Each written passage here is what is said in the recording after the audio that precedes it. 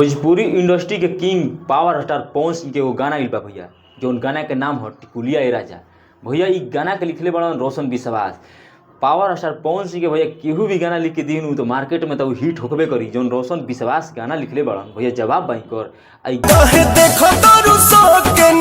गाना के music director बना आपन प्रियांशु सिंह। मतलब पवन भैया का सबसे करीबी इंसान केहू बा म्यूजिक डायरेक्टर दुनिया में तो प्रियांशु सिंह बा। काहे back to back Priyanshu Singh Pawan Singh के म्यूजिक देते रहन भैया, लाजवाब प्रियांशु सिंह जवाब नहीं के। पवन भैया भी खूब तारीफ करलन प्रियांशु सिंह के।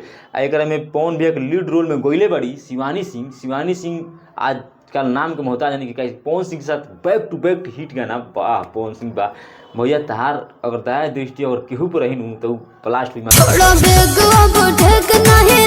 गाना में फिट रोल निभैले बाड़ी कोमल सिंह। कोमल सिंह के भैया जवाब नहीं के। कोमल सिंह के एक से एक हिट गाना बा, एल्बम बा, जोन गाना में वो डांस करके लिपसिंग करके एक्टिंग कर देता रही। गाना भैया लाजवाब हो जाता, मार्केट में एकदम आग लगाई। गाना जौन बा टिकुलिया राजा, कोमल सिंह अपन आधा से गाना में जान डाल दी हन भैया।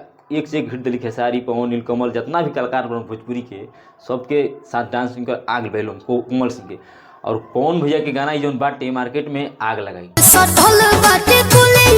राजा। जब पवन भैया समझ गए बड़न सीजन के अनुसार समझ गए बड़न, लेकिन कुछ भैया सुने के मिलत था कि पावर स्टार पवन सिंह जितने गाना बढ़िया गावत रहन उतना ही कोनो बढ़िया फिल्म निकालस। राजनीति में पावर स्टार पवन सिंह कदम रखे हैं तो आप लोग पवन भैया को सपोर्ट कीजिए, बेहतरीन दीजिए पावर स्टार पवन सिंह। एकदम भैया पवन भैया खातिर कुछ भी।